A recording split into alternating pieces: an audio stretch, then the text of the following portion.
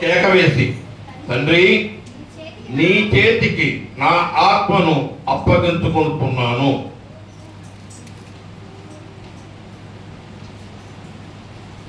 ప్రియులారా, ఈ ఆత్మ అనే పదం దాని యొక్క అర్థం చాలా మందికి తెలియదు. ప్రతి మనిషి ఆత్మ శరీరము అనే రెండు పదార్థాల కలయికతో ఏర్పడి ఉంది. శరీరం మట్టి నుండి వచ్చింది. ఆత్మ అనంతమైన పరలోకం నుండి మనకు వచ్చింది. మరణం పేరుతో శరీరము మట్టిలోకి పోయినా ఆత్మ మాత్రం దాని లోకమైన పరలోకం వెళ్ళాలి. అయితే ప్రభు వారు శిలువపై పలికిన ఈ బాధ్యత గల మాటను జాగ్రత్తగా చదివితే, నీ చేతికి నా ఆత్మను అప్పగించుతున్నాను అంటూ కన్ను మూశారు. అంటే మరణించేటప్పుడు ప్రతి వారును మనకు ఆత్మను ఎంత పరిశుద్ధంగా నిష్కళంకంగా ఇచ్చాడో, మనము ఇచ్చేటప్పుడు అటువంటి పవిత్రమైన పాపము అంటించని ఆత్మనే తండ్రికి అప్పగించాలని మనకు నేర్పించారు.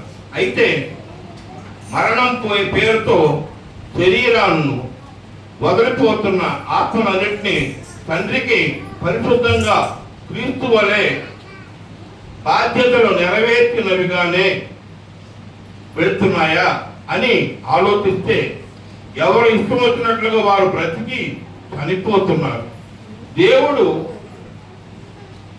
ఈ దేహాన్ని కలిగించడానికి ఏ పాపము లేని ఆత్మను ఇస్తుంటే, చివరికి ఆత్మను ఈ లోకంలో పాపాల కూపంలోనికి దానిని నెట్టి అనంతమైన దాని బ్రతుకును అగ్నిగుండాల్లో బలి చేస్తున్నారు.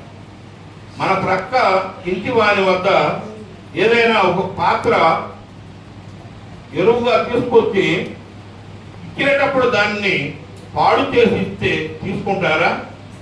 మీరే చెప్పండి. నేను నీకు ఇలా ఇవ్వలేదు, తెల్లగా తోమి మంచిగా ఇస్తే నాకు పాడు చేసి ఇస్తావా? నాకు కొత్తది ఇవ్వు అంటే ఏం చేస్తాం? చచ్చినట్లు కొత్తది కొని ఇస్తాం. కానీ దేవుడు ఇచ్చిన ఆత్మను మనం పాడు చేసి పాపాన్ని అంటిస్తే, దేవుడు నేను నీకు తల్లి గర్భంలో ఇటువంటి ఆత్మనే ఇచ్చానా అని అడిగితే కొత్తది కొని ఇవ్వడానికి అదేమన్నా వస్తువా? ప్రియులారా, ఆయన తీసుకుంటాడా? అందుకే అందరికీ అర్థమయ్యేటట్లుగా, తండ్రి నీ చేతికి నా ఆత్మను అప్పగించుతున్నాను అన్నాడు. ఒకవేళ బైబిల్ నందు ఈ వాక్యం చూసి అంతా దేవుడే చూసుకుంటాడు అనుకుంటున్నారా? ఆ వాక్యం ఏంటో చదువుదాం. మన్నైనది వెనుకటి వలనే మరలా భూమి మీదకు చేరును, ఆత్మ దయచేసిన దేవుని వద్దకు మరలా పోవును. ప్రసంగి 12:7. ఈ వాక్యం చదివి శరీరం మట్టిలోకి పోతుంది, ఆత్మ దేవుని వద్దకు పోతుంది, ఇక నాకు ఏ బాధ్యత లేదు అనుకుంటున్నారా?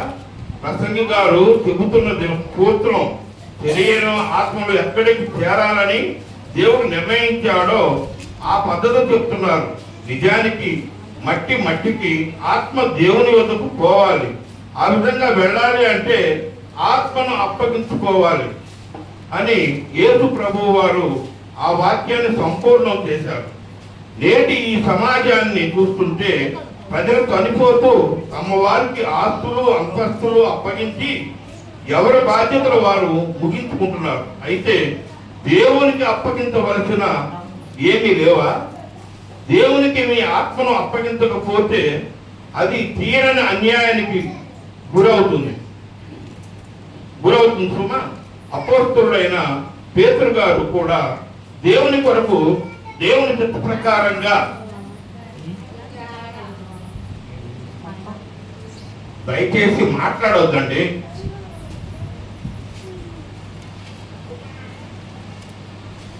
మనం ఆలయానికి వచ్చి దేనికండి? దేవుని వాక్యాన్ని విని ఆ వాక్యాన్ని మన ఆచరణలో పెడితేనే దానివల్ల మనకు ప్రయోజనం ఉంటుందండి.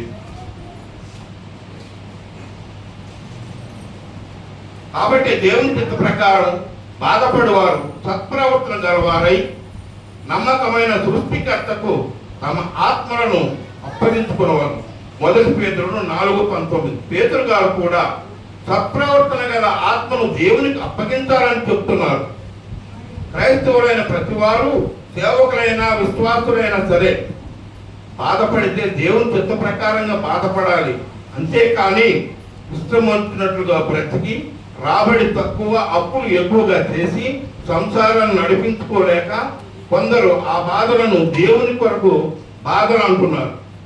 మరికొందరు నోరు ఉన్నది లాగడానికి అనుకుని నోటికొచ్చినట్లుగా మాట్లాడి గర్వంతో ప్రతిసారి మన ఆటలు సాగుతాయి అనుకుని సమాజంలో అనవసరంగా నోరు పారేసుకొని దానిని కవర్ చేసుకుంటానికి నానా కాళ్ళు పట్టుకొని చేసిన తప్పును సరి చేసుకోవడానికి బుద్ధిమంతుల వలె అట్లా కబురు చెప్తూ మాకు దేవుని నిమిత్తము శ్రమలు వచ్చాయి అంటున్నారు.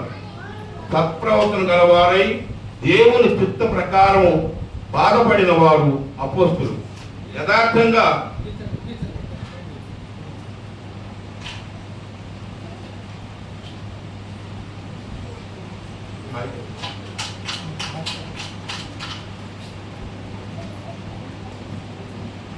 ఎందరో అమాయకులు ఆత్మలు వెళ్ళబోయే మనకు మన బాధను అనుభవిస్తూ బోధగా మనకు మిగిలిన సందర్భాలు చదువుదాం. తన తోటు పోవుటకు యూదా తప్పిపోయి పోగొట్టుకున్న ఈ పరిచర్య అపోస్తలుల కార్యం 1:25లో మరణం వరకు నమ్మకంగా ఉండి దేవుని పరిచర్య ముగించి తన ఆత్మను పరలోకానికి నడిపించుకోవాల్సిన యూదా చివరిలో ధనానికి లొంగిపోయి వెళ్ళకూడిన చోటుకు అనగా నరకానికి తను ఆత్మగా వెళ్ళిపోతున్నాడు. ఇటువంటి విషాదకర సంఘటనలు చదివి తెలుసుకొని మొదట్లో మంచిగా ఉండి తరువాత కాలంలో శరీర సుఖాలకు బానిసలై ఇంకనూ మేము దేవునిలో ఉన్నాము, మేము పరలోకానికి వెళుతున్నాము అంటూ ప్రగల్భాలు పలికేవారు చాలా మంది ఉన్నారు. దేవుని సేవ చేస్తున్న ప్రతి సేవకునికి ఉండవలసింది మాదిరి జీవితం మరియు సత్ప్రవర్తన. మనల్ని చూసి ఇతరులు భక్తి నేర్చుకోవాలే కానీ పాడు కాకూడదు. విశ్వాసులు కూడా చర్చిలను నిర్ణయింపజేయడమే కాదు, మీరును ఇతరులకు మాదిరికరంగా ఉండాలి, లేదంటే మన బ్రతుకులు అన్యాయమైపోతుంది. క్రీస్తు ప్రభువు యథార్థంగా బ్రతికి తన తండ్రికి తన ఆత్మను అప్పగించుకున్నారు అని చెప్పడంలో అర్థమేంటో అంటే ప్రతి వారు మంచిగా బ్రతికి తమ ఆత్మలను కల్మషం అంటించక తిరిగి తండ్రికి అప్పగించుకుంటేనే మీరు ఈ సందేశాన్ని అనునిత్యం జ్ఞాపకం చేసుకొని పరిశుద్ధులుగా బ్రతికి పరమ తండ్రి చెంతకు చేరాలని ఆశిస్తూ ఈ 7 మాటలు వివరణను ముగిస్తున్నాను. మీ ఆస్తులు అంతస్తులు మీ బాధలు మీ వారికి అప్పగించడం కాదు, మరి మీ ఆత్మను దేవునికి ఎలా ఇచ్చాడో అలాగే అప్పగించారా?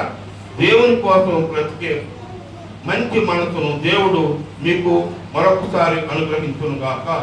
ఆమేన్.